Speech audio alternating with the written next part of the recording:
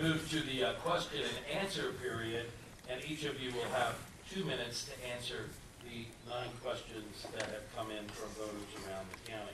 And the first question is, we want all Democrats to win across the ballot. Why are you the best candidate to win in November? Just for those of you I saw looking in the back, the question essentially is, because we want all our Democrats to win in November, why are we individually, why are we the best candidate to win in November? That's correct. You know, we're going to talk a lot tonight about a variety of issues that affect public safety.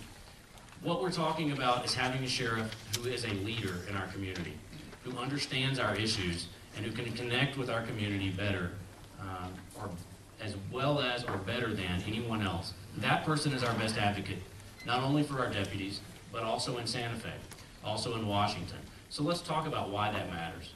Our message is not, my message here is about having the right sheriff for right now.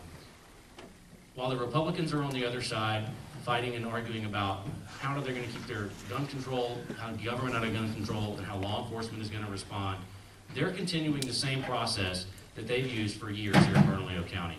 The Republican idea hasn't worked. The idea that we have to take everybody off the street, put them in jail, and throw away the key simply has not worked. In Bernalillo County alone, aggravated assault rates, those are the assaults that happen with weapons, where people commit crimes with weapons against you. Crimes for aggravated assault rates are rising at 17% in unincorporated parts of the county. In the city of Albuquerque, they've decreased 8% over the last 5 years in the same amount of time.